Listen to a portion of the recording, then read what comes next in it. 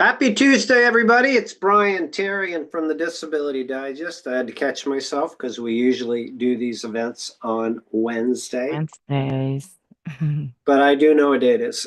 So welcome, everyone. We look forward to having you with us today. We're going to talk about how your age will impact your disability benefits. A common question that we receive. I'm going to cover from when you're 18 all the way up to 65, that gap, and some of the nuances in there. So thank you and welcome for joining. And Nadine, great to have you with us. And Philip, it's like my black and white partner team.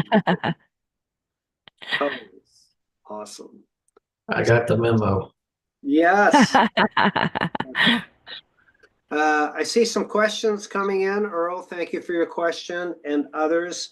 We will have some time today where we will cover the questions for you. You can either continue to type them in the text box like Earl did, or we'll take some time where some of you can actually join the conversation in this room here today. We'll post a link in a little while so that you can come in and have a conversation with us. Maybe you're going through a continuing disability review, you're working on a side hustle to supplement your income, trying to get approved, thinking about applying, whatever it might be. Or like Lola from last week, you have a great success story.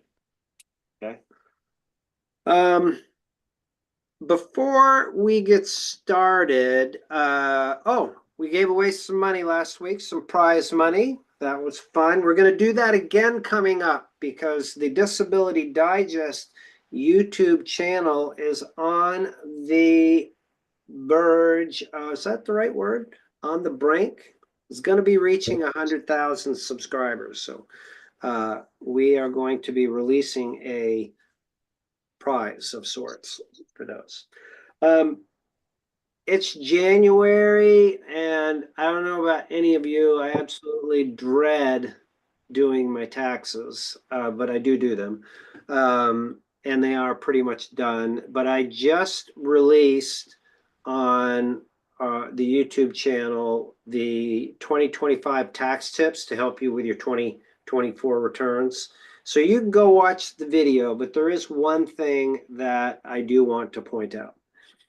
Is that if you were approved for your disability benefits and received back pay in 2024, or if you know of somebody that was, I would definitely watch that video. Like Lola that we covered last week, her success story. The reason why I say that is a lot of people, they're not getting approved at the initial application stage now. It's taking them 2.5, 3 years, and those back benefits build up, which could be a significant chunk of change. I've seen them $60,000, $80,000, $84,000. It's a lot of money. So when you go to do your taxes, you can take that amount of money, and I'm not a tax guy, go to your tax person with this, and you can allocate it over the years that you applied. So Lola example last week, she applied in 2021. She just got approved. So all of the monies can be spread over 2021, 22, 23, and 24, 4 years. So if it's, for example, $100,000, you don't have to take that one big hit. It's $25,000 annually, which could be a decent tax savings for you. So go watch the video, get the details. There's others in there with it. Taxes, taxes, taxes, taxes. All right. Bleh. Yeah. It's right up there with the dentist. Love Yep. the dentist, but I don't like to go to the guy. Actually, I like my accountant a lot too, but I don't like to go to him either. See You you, don't Kyle. want to, you don't want your accountant digging in your mouth, though. No, no, we don't. Okay, so let's get into it today. Again, as I mentioned, we are going to cover how age can impact your disability benefits. And I want to start from the qualification for somebody that I'm going to go through the whole phase for people that are under 50 years old.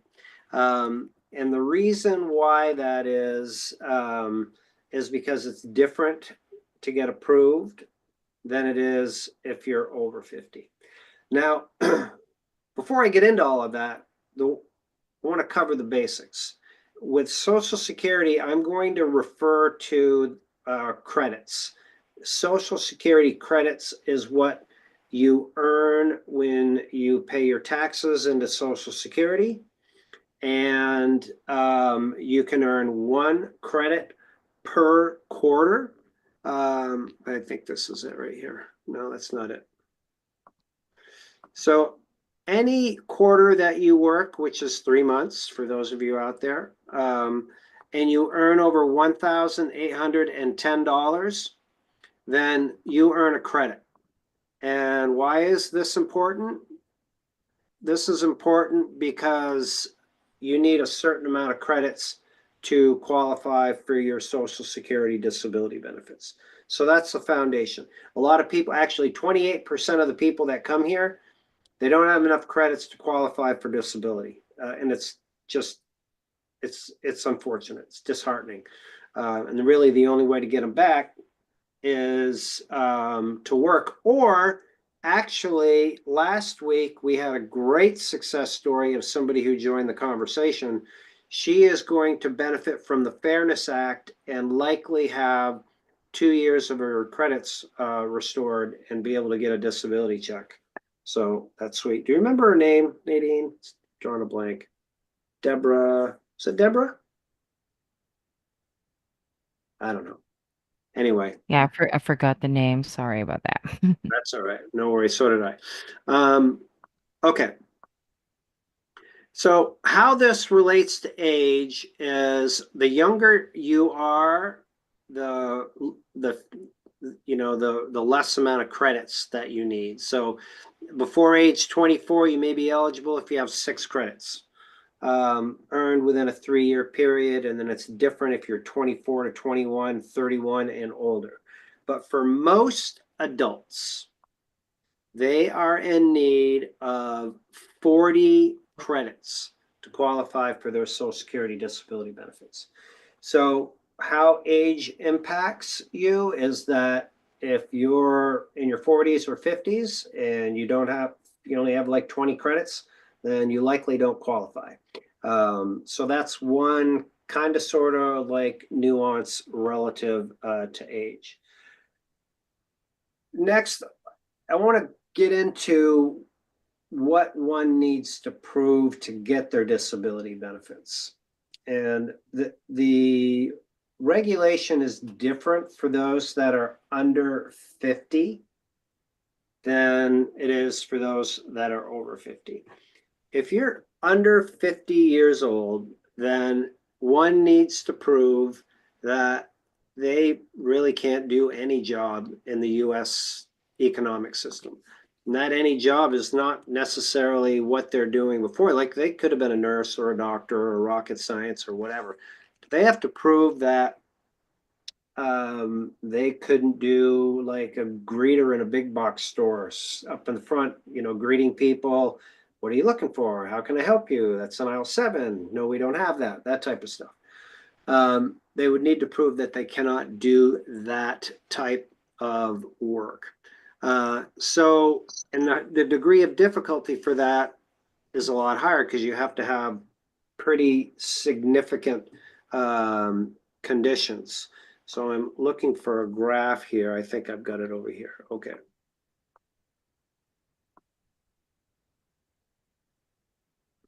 So Social Security has a 5-step evaluation process.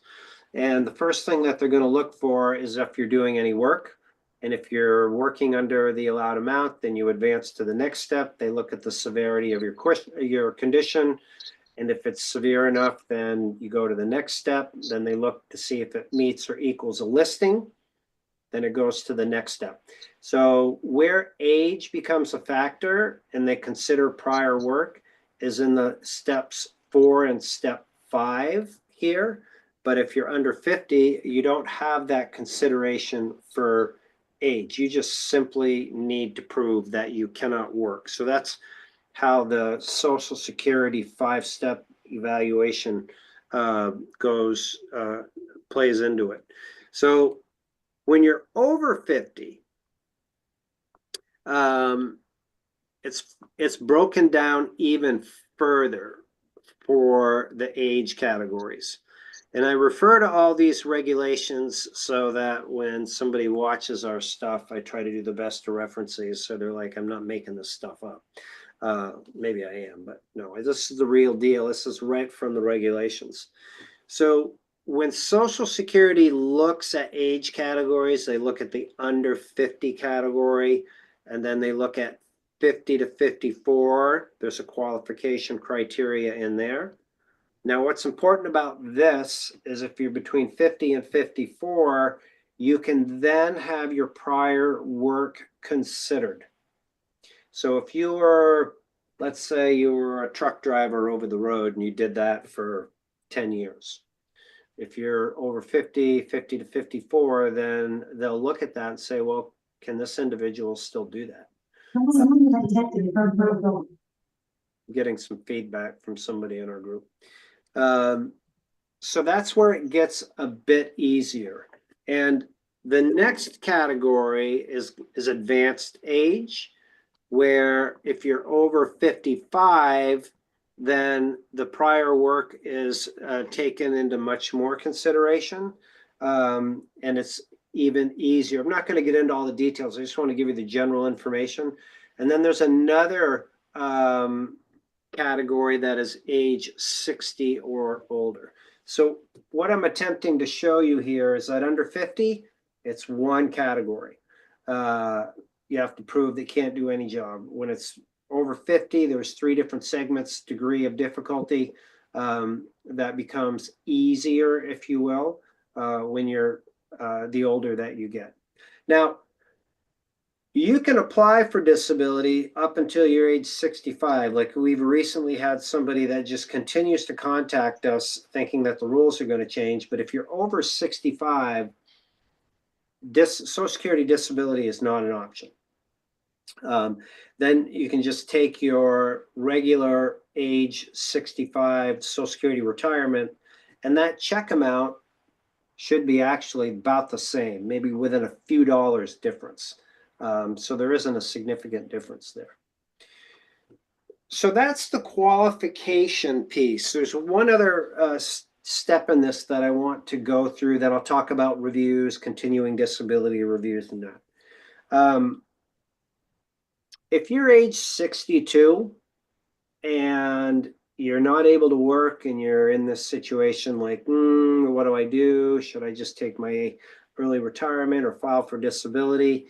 I don't know the answer to that based on your situation, but what I encourage you to consider is like, if you're not able to work or do your job, like I indicated here, like let's say you weren't able to be that truck driver, then I would look at your disability benefits, because your disability benefits are going to pay you more than your age 62 retirement income. It's about 40% more in that year, right?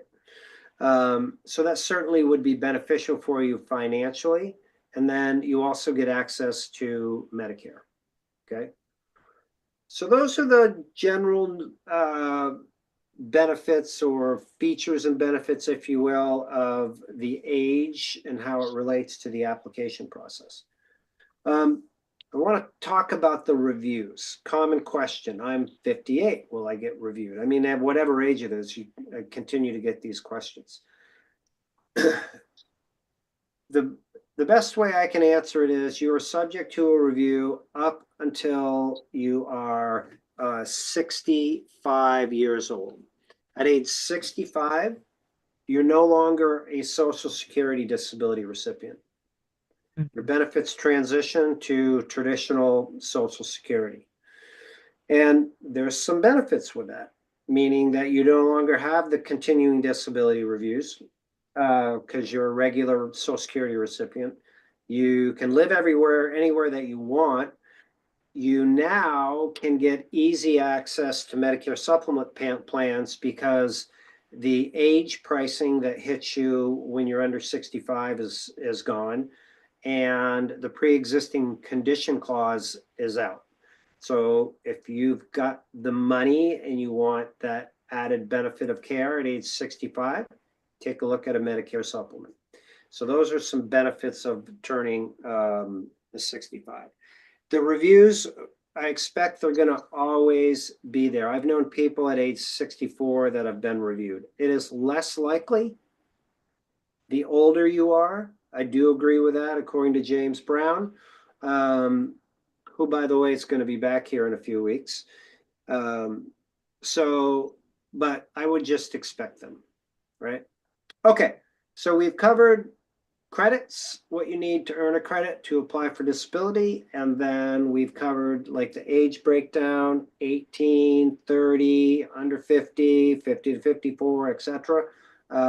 And what happens when you hit 62 and 65. So I hope you found this helpful. If you have anything to like add, like a question relative to age, make sure you put it in the comments. All right, so now we're gonna pivot a little bit. And Nadine, if it's all right with you, I'll start with Philip this week. Yeah, sure. And take some questions. So here's what we're gonna do. Philip runs a Facebook group that is probably the largest, fastest growing Facebook group that supports disability applicants. So well done there. And Philip's group just turned 10,000 people are in that group now. And it's a place where you can connect with other disability applicants, get some encouragement, support, and hopefully maybe learn from their good news and encourage them if they get some bad. And our working relationship is that the Disability Digest provides like the how-tos, like what to say and do when you apply, what happens if you get denied and approved or want to go back to work. All of the course tactical stuff, if you will, is provided by the Disability Digest. So Yeah. Philip collects questions from his group. I don't know what they are. Hopefully I'll be able to answer them, but we'll talk them through and go through the questions for your group. So All right. Ready for the first one? Let me check. Ready.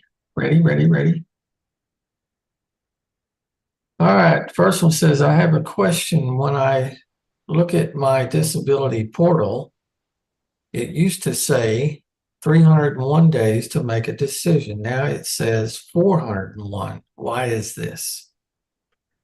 I wish I knew the answer. There was a Yeah. time when that portal was pretty consistent, but here's what could have happened.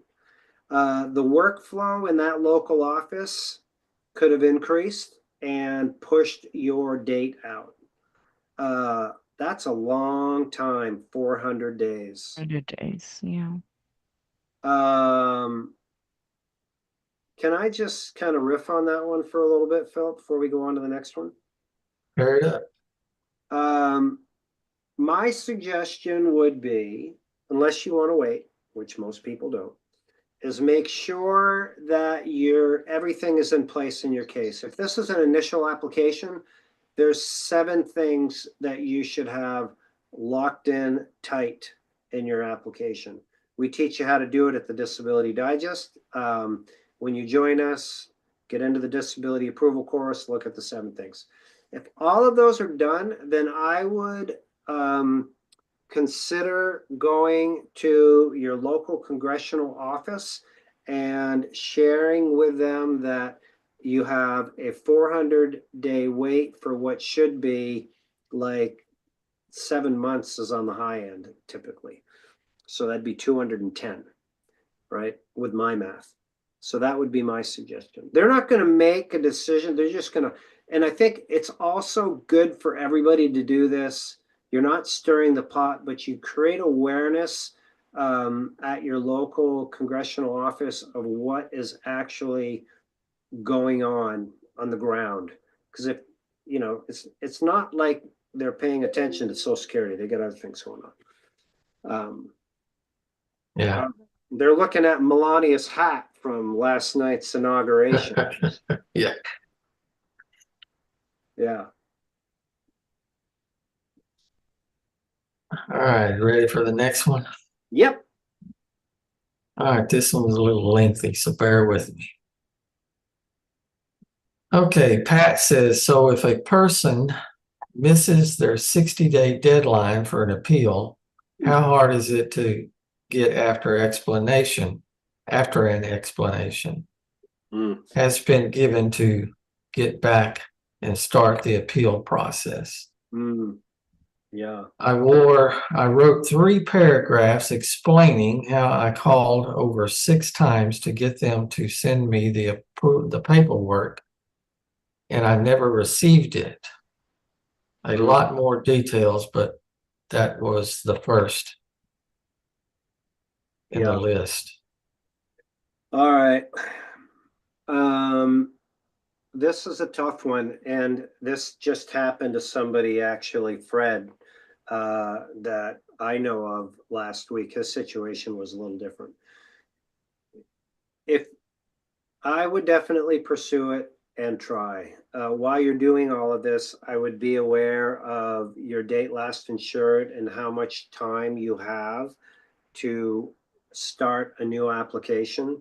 And you really want to get this one open back up, because if you don't, you lose all of the back benefits associated with it. So if you can get to the right person and they'll admit error, that it wasn't sent, that would be wonderful. There are some regulations for people that have like brain health conditions, like if they have serious like depression or anxiety.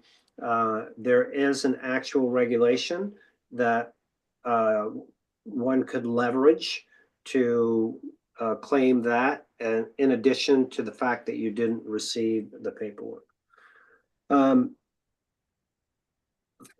So that's my advice. For those of you that are out there, another thing that I've seen that's happened, this is a little off the topic, is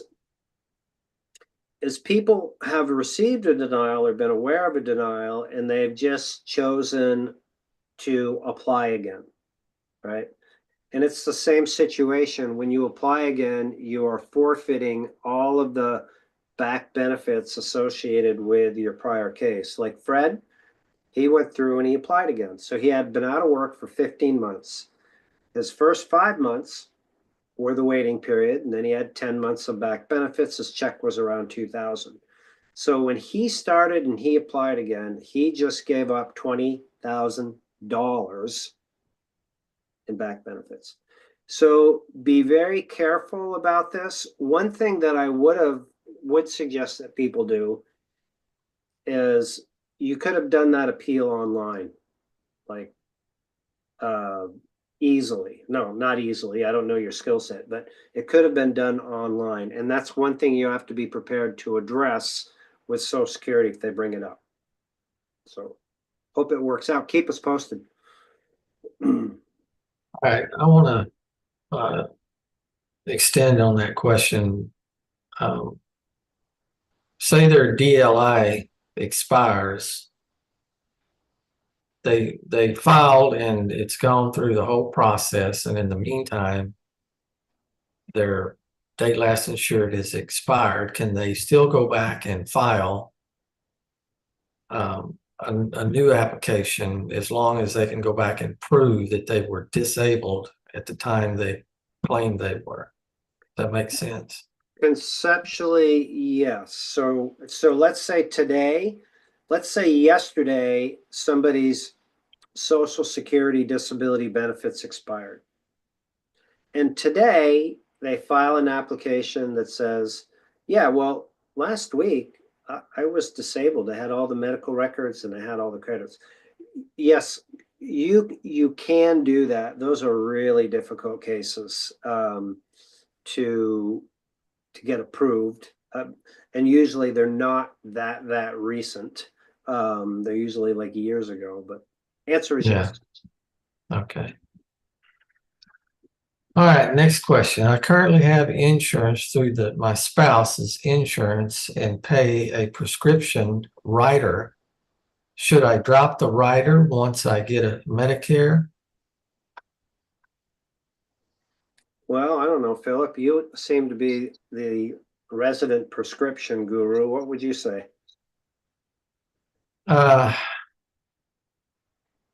Well, I guess it just depends on how much you're spending on.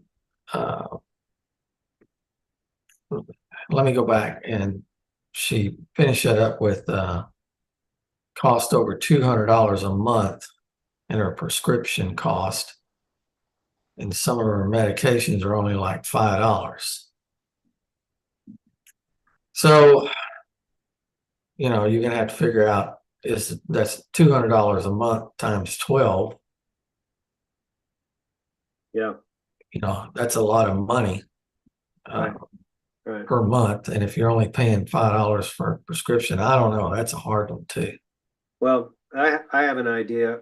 Is this a member here at the Disability Digest or somebody in your group? Somebody in the group. All right.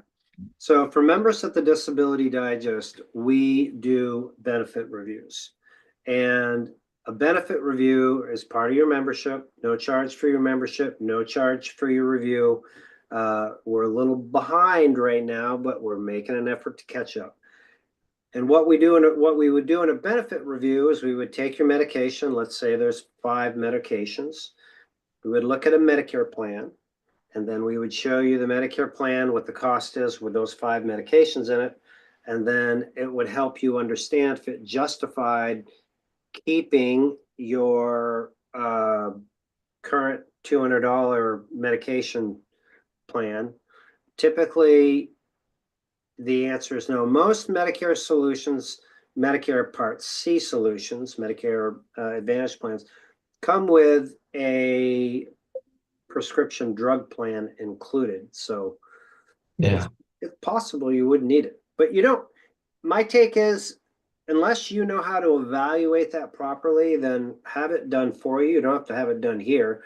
But if you can get in line and get your number pulled in time and we can get to you, then we can help you figure it out. Yeah. Okay. One more. Sure. Here's one that's related to the one we just did earlier. Anyone know what date they use for Medicare 24-month waiting period? Is it the onset date used by back pay or the actual date of approval?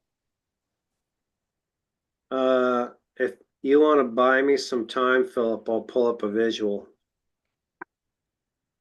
I think you know the answer to this, right? Yeah, you have the 24 months starts from the time you first get once you're approved for disability, when you get your first benefit payment is 24 months from that date. till you're actually eligible for your Medicare. Yeah. It's So, not your onset date. Your onset date determines when you actually became disabled, yeah, or you claim you became disabled. I am going to share my screen here to support Philip's answer and show you what to look for. This is a generic award letter. This is notice of award in the top right here. And what you are looking for is a line that says you are entitled to monthly disability benefits beginning whatever this month is what Philip is referencing. So this is May 2021. So this individual would have been eligible in May of 2023. Mhm. So it's Yeah. the entitlement date. Yep. Yeah. Yeah, we get a lot of confusion on that. Yep. Agreed.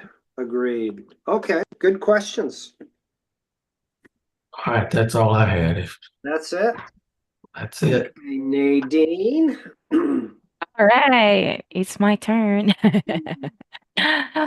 Yeah, we got some questions here that are related to age, which is our main topic for today. Uh, William Palmer asks, is it hard to get approved at 53 years old? And there's a similar question. It says, I stopped working age 53. Does it help or hurt my chances to wait until I hit 55 to submit? Is there a time frame?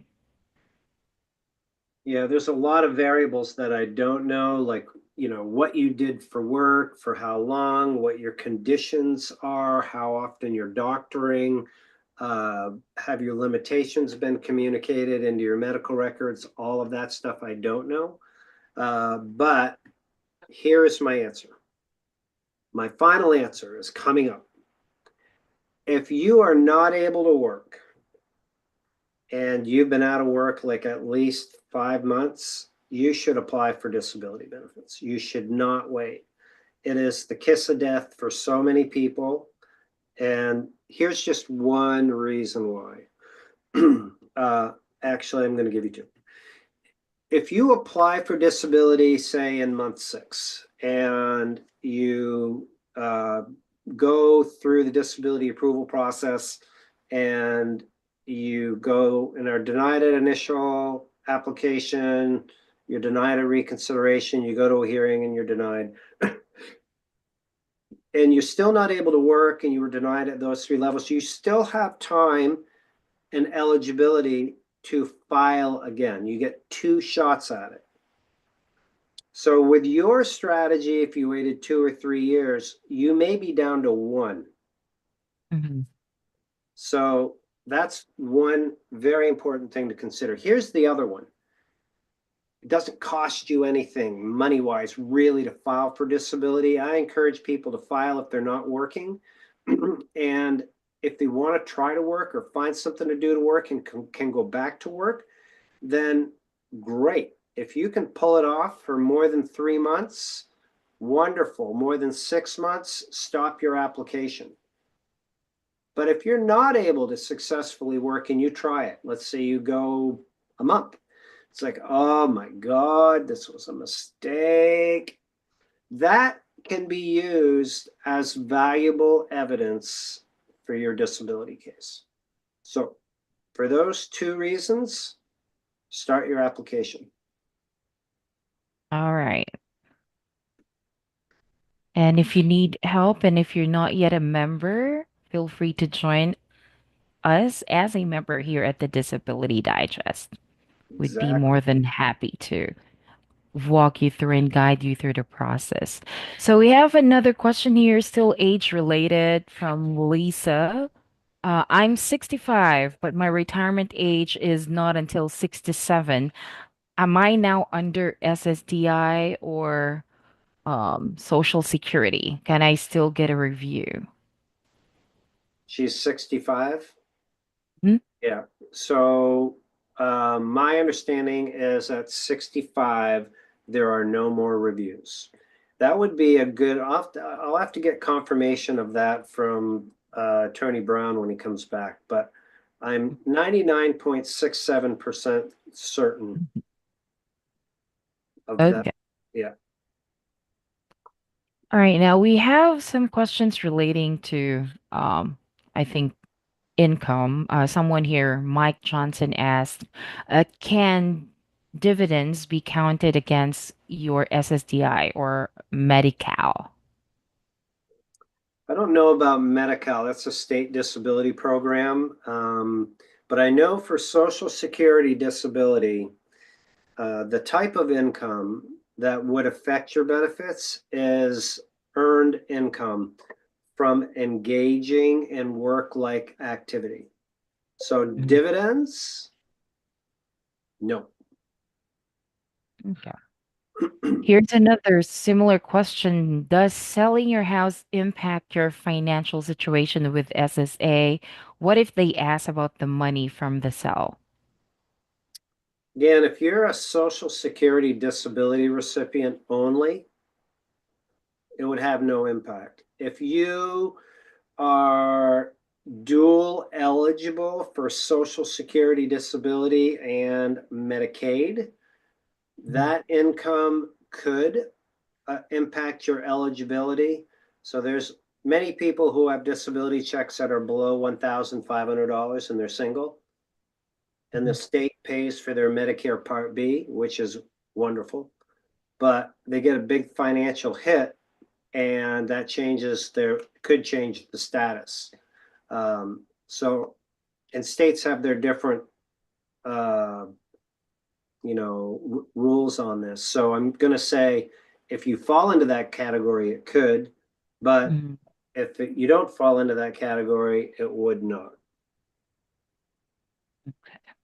All right, we have an interesting question here from Ace Man. What can someone do when waiting for SSDI and your employer wants for you to return to work without a doctor's release just to try? Yeah, I mean, I don't know about the the doctor's release if the doctor is apprehensive or not, but like I just pointed out, if you're in the application process and you can use that as a work attempt and put it in your application. Like he asked me to try. I, I tried it. It Mhm. came in late. I had to go take 2 hour naps in my car and I had to leave 3 hours early, but I tried it. I just couldn't do it. Okay. One last question from Jason. He asks, "What's the maximum back pay? For example, I got my original claim from 2012 and reopened, and I'm in reconsideration. SSA didn't use my relevant medical evidence for that time. Could I get a back pay?" All the way back to 2012. Yeah. Oh. So I think general rule is just 12 months the most, right? Regardless. Well, it depends when he applied. If that case was open, that could Mm-hmm. be an exception to the rule. I've known people that have gotten like significant hundreds of thousands of dollars of back benefits. So there's more that I would need to know about that Hmm. to determine it. But you are right, Nadine, in that if you first apply, the most amount of back benefits that you could go back and recoup is 12. So if anybody's been out of work for a couple of years, like the guy that we were just talking about, if he sat around and waited, and he exceeded that 12 months, that's money that's just sitting over at Social Security. So probably not sitting, they'll spend it on something, but yeah. So Nadine, are we going to have some folks join us we put that out there today? Sure, yeah. I got the link posted All right. in the Let's, comment section. Yeah. you want to give folks a shout out and what the protocol is? So to those who want to join us live and ask questions, you can. click on the Zoom meeting link that I posted in the comment section, and you'll be put in the waiting room and uh, type in your question so that we can filter and see if it's something that is SSDI related and answer the question for you. And after that, we'll let you in the main room. So Yep, that's how it will work. yep, yep. Thank you. And we've started doing this because we are commonly asked by people to speak with us. And Mhm. there's over 190,000 members here, and we provide a no-cost membership. And we do have a team here, but it's just financially not viable for us to speak with everybody. I haven't figured out a way to do that yet. So, but this is one way that a few people can come in every week. You can click that link, come in and join. There's no charge. And we've got over 27 years of experience in this room right here. So you get a good shot at speaking with three people Mhm. instead of one. So click the Yep. link, come on and join. Hey, it doesn't have to be a question. It could be, a success story. We'll definitely Yeah. win. Yeah. We Hmm. all like some good news. Yeah. Anyway, while we wait for someone to join us, we have a question here from Rusty, which I think I would want to answer. He asked if an inheritance would affect his disability benefit or Medicare. So, Brian, please feel free to correct me if I'm wrong. So, um, in my knowledge, an inheritance will not affect your benefit because it's not an earned income. Right. So I think it wouldn't affect Medicare as well, right? That's correct. Okay. Yep. Enjoy the inheritance. Mm-hmm. Great. Great. All right. Yeah. Yes, Let so me I see see if there's there's anything. 580 people out there. Just a reminder, you have the opportunity right now to come on in and join us in the Zoom room, ask your questions, share a success story, um, and that. And as you go through the questions, there's one other thing I do want to bring up, but I'll let you continue with your with the questions. I've got a note here I want to cover. Oh, you know what I forgot to do is make you a co-host. I still need to do that, right? Yeah. Okay. All right, folks. We are okay. So there's two individuals that are in the weight room. Okay, But I there. go through my point while you're working with these two attendees. Um, Here at the Disability Digest, we are aggressively expanding our team, and we are looking for members of the Disability Digest to come and work here with us. Um, and we have positions that are available. You can inquire if you haven't been exposed to the link. This is for members, and the positions are part-time. You would be able to earn money, keep your benefits. You work from home. We've got a whole toolkit, everything set up. You would be working with the members to help them understand how to use our tools to get approved, keep their benefits, maximize their benefits. Um, and one of the things that is part of that application process that I want to spend a few moments on, which I think is of value to anybody, is once somebody applies for the position, they are then directed to get a benefit assessment, or an assessment from a benefit planner is a better way of saying it. So you might be saying, well, what's that? So vocational rehabilitation organizations that are run by the government, and they have benefit planners that are there, and the benefit planner will assess your situation, no charge, and they'll give you a benefit plan, a work plan. And why we ask that you do this, as it's common in the industry, is that they can validate if this position is a fit for you. what your skill set is. They can help you understand if you are, say, deficient in certain areas, like maybe you need to get your online skills, your typing skills, your AI knowledge up, or whatever it might be to get a job. They could train you and provide you resources to do that, or even actual hard goods like a computer or maybe a webcam or whatever it is that you're going to do. So if you're looking at working, even if you want to do something on your own, I would take advantage of that. That's one of the key things here for 2025 that I'm pushing because it's no charge. And for those of you that don't want to work, I'd do it anyway because it could validate that you're not able to work. They could assess you and say, oh, listen, the only thing that this person could do is like maybe send an occasional text to somebody. I'm just exaggerating, but it could be looked at in that way. So it's a great tool to do. You have to be patient because it will take you some time to get with a benefit planner, especially as we continue to promote these. So take note of that and get some benefit out of it.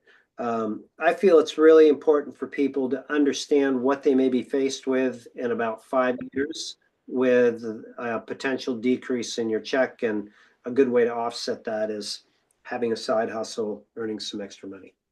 Okay. How are we doing, Nadine? So we have Guillermo and Shannon in the waiting room. I'm waiting for their response. I'm not sure, maybe they don't know how to respond to a Zoom chat. So if you want, if it's easier for you, you can type in your question in the comment section in YouTube, and then once we get that, Yeah. I can let you in. Yeah, if Yeah. that's easier. Yeah. Yeah. And you can just, if you can just put in even a few words like approval help. Just, Yeah. yep, Yeah. just keywords on what the question is about. Keywords. And if it's something like walking the dog, I'm not able to help you with that, but that would help us understand what you're looking for. Okay. Good. Oh, it says it's not allowing them to chat. Yeah, you can type in your question on the comment instead. I can Oh, see because it. they're not in the room. Not sure because it shows here in my end that they should be able to Yeah. respond. Yeah. Well, if you would like to let one or two in and we can just, filter out till we figure out, I'm willing to roll the dice. All right. Let's have Guillermo. Guillermo. Okay.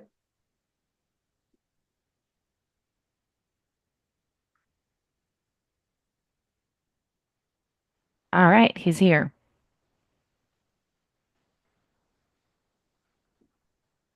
Hi, Guillermo. Are you already hearing us? I think you're on mute. Oh, and he was able to respond to my chat. Okay, I can hear you now. Hi. Thank you. Okay. Now, a brief on my case. I'm 70% disabled veteran, Mm. and I have been out of work since July. Now, I'll be 62 in April. I just requested SSDI, and I believe my phone appointment is on the 29th of this month. Now, I didn't get the beginning of what you were saying in YouTube. Is this an okay case? Me being a veteran, 70%, almost 62. What are my chances of getting approved or not? Well, if I could ask you a few more questions, and is it Guillermo? Am I Yeah. pronouncing your name correctly? Yes. Yes, Okay. that's correct. Tell me what you've done for work in the last 5 years. Postmaster.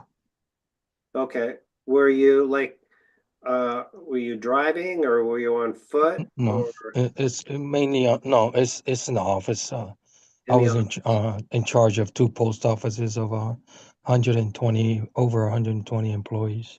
Okay.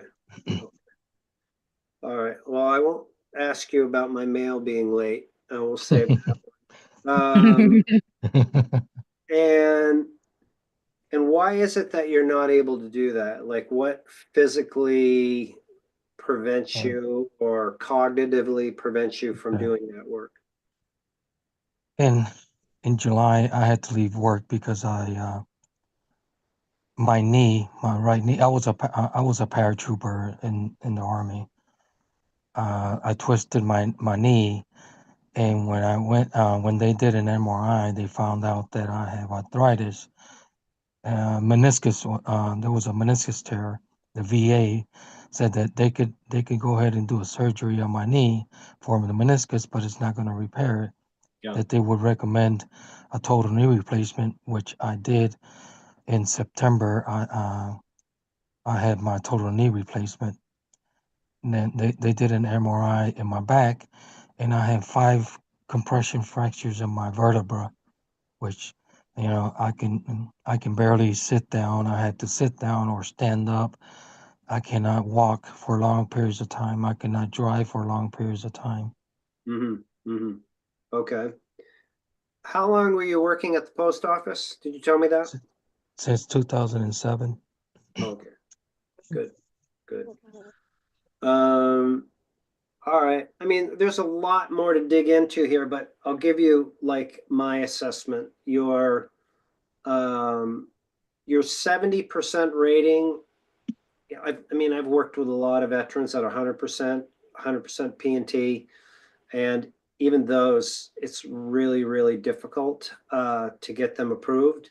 Some of the challenges that I've experienced um, with veterans is how their treatment is documented. But before I get into that, have you been going to civilian or VA It's treatment? straight, only VA. Only VA. Okay. All right. Do you have any idea like how many pages of medical records files that you have? Like, Oof. Oh, well, treatment on my feet, my knees, my back. I would maybe say probably 500? about 100, probably, yeah, about probably a little less than 500. 500. Okay. All right. So this is, I think it sounds to me like you definitely are a candidate for Social Security disability. Some of the challenges that I anticipate that you need to overcome are you've been going to the VA, and the challenges with the VA treatment is how they manage their medical records. It makes it difficult for individuals to understand your limitations. And that's just how they document. Sometimes there's different people that you see that you're treated. I don't know if you've had consistent treatment. They don't always clearly understand where to pick up after somebody else has left off. So those are some of the things that you're going to experience. And usually the treatment file is like massive. And so you've got somebody at Social Security that's got to rifle through 500 pages of medical records to see if they can find that you can't sit or stand. So that's what you need to work out, figure out. We can help you with that, and communicate so that you can get your benefits approved. The other thing that Social Security may look at is that you have lower body discomfort, but is there something that you could do while sitting, even though you mentioned that you cannot sit? I'm not saying you can or can't. I'm giving you my almost 2 decades of experience of what their arguments are. Okay. So one, I thank you for your service. I am just super grateful for you and others. We live in the best country in the world, bar none. And it's because of the commitment that you put forth. I haven't served, but when I get up and stand up and I do this work every day, a part of me definitely thanks individuals like you, Guillermo. So, Thank you. yeah. Yeah, Now, appreciate you. yeah, yeah. Are you a member of the Disability Digest or just tuned in here? I just tuned in just now.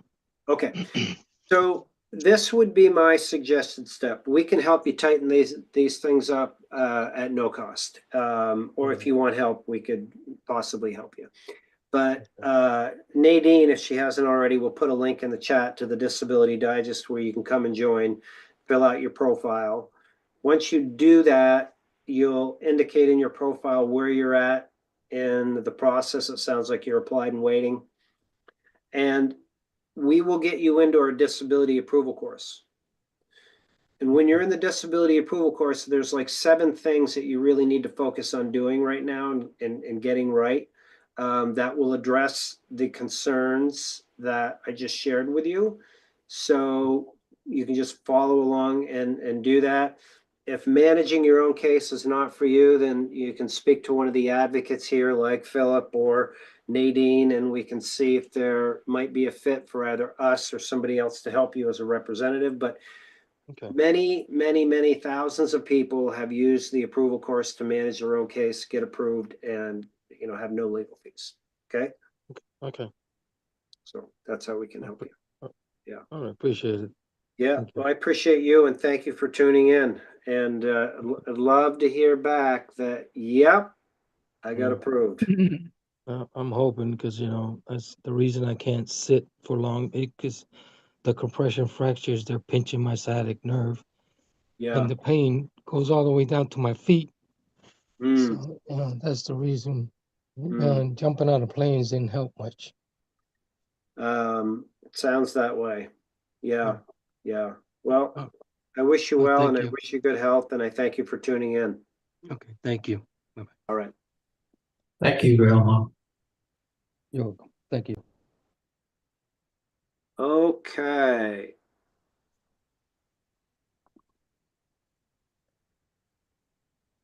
Yeah, so to those who are not yet a member, I put in a link in the comment section.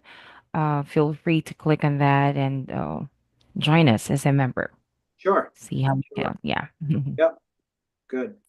All right. Is there anything that we have not covered that we need to address before we wrap up? If you can still take one more question, I think this is an easy one for you to answer. It's a question from Jeff. He said he is near 63, but due to mental health issues, he is not able to work until 67. He's asking if it would be a good idea to apply for SSDI now. How old is he again? 63. Oh, yeah, for sure. Yep, Yeah. definitely. You're gonna, you would get an increased monthly income, like 40% more than what you would normally get if you took your Social Security early. Mm. Yeah, yeah. So there is one question, I believe it was from Earl early on, Oh, and yeah. about like, can we crystal ball it and figure out what the new administration is going to do? Yeah. Yeah, that's a really tough one. I mean, there are many different sources that I view to be credible that one thing that will impact our audience is for those that are using the exchange for insurance or on Medicaid, that criteria is going to be tightened. And it'll put people in an uninsured status. That's what the predictions are. And they're maybe tied to some work-like commitments that will be required to keep Medicaid. But listen, none of this has been passed. He's been on the job, I don't even think, for 24 hours yet. So we just don't know. My advice, once again, is control the controllables, what you can do. That's what we're here for. And I'll share with you. I mean, there's not a lot of good news on the disability benefit front, but in my opinion, of course, I'm a little biased, but there's a lot of good news here, like what we are offering for resources to help you understand how to get approved, keep and maximize your benefits. So just stay tuned. Yep. This looks like, is that Dwayne, D-W-A-N-E? We have Dwayne in a waiting room. All right, it's in the waiting room. Okay. Are we still taking Yeah, one- sure. Let's Okay. chat with Dwayne and then we'll wrap up. Okay. Yeah, see if we can help him. There. Hi, Dwayne.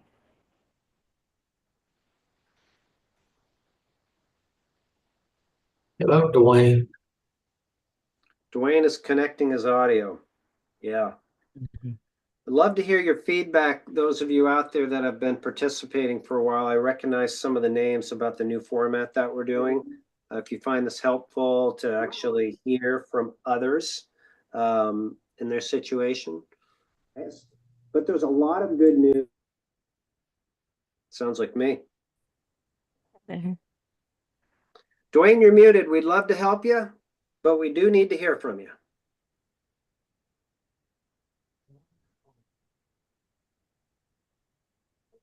Going once. Going twice. We have Dwayne There he is. waiting room. All right. There. Okay.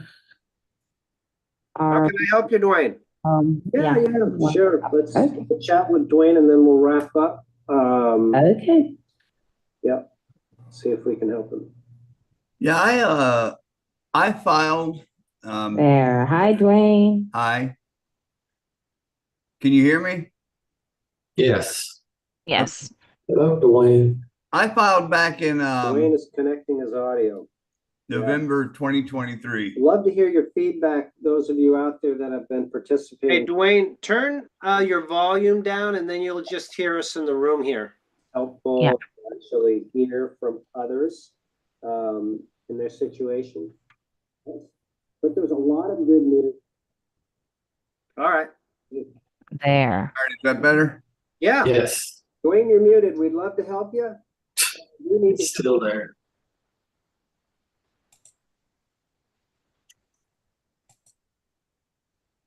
going once, I'm turning it up. going twice. We have Dwayne There he is. waiting room. All right. Let's work through it and share with us your situation. I'll tell you if I can't hear you. Sure. Let's chat with Dwayne and then we'll wrap up. Okay. Tab. I filed. Hi, Dwayne. Hi. Okay, is this any better? Can you hear me? Yes. Yeah, I'm just conscious of time. So if you would, I'd love to help you, but I'm going to ask that you hurry up. Yeah, I filed 2023. I filed in November of 2023, and I've got my court date in March. Volume down, and then you'll just hear us in the room here. And Actually hear from others in their situation. I'm wondering if I get approved for SSDI, will I have to pay taxes on SSDI? Yeah. Yes. Possibly. It'll be in your award letter, and it depends on your income bracket. But one thing that I covered at the top of this presentation, I'm turning it up. how to manage your back benefits. You applied in November of 2023, you said? And share with us your situation. I'll tell you if I can. So you're going to have some back benefits when you get approved. You know, and that piece that I shared with you at the beginning of this pretation will give you an idea of how you can Is this any better? that income over a few years, that tax liability. Social Security benefits are taxable. I'm gonna ask that you hurry up. Okay. Yeah, I filed 2023. I filed in November of I'm 2023. having a real hard time. Court date in I March. invite you to come back sometime, but you have your audio on And and the replay from the live, so it's causing some challenges. Yeah. I'm wondering. All right. So hopefully, Dwayne, you could hear that. Listen to the beginning of this for your tax liability. When you get approved, look at your award letter.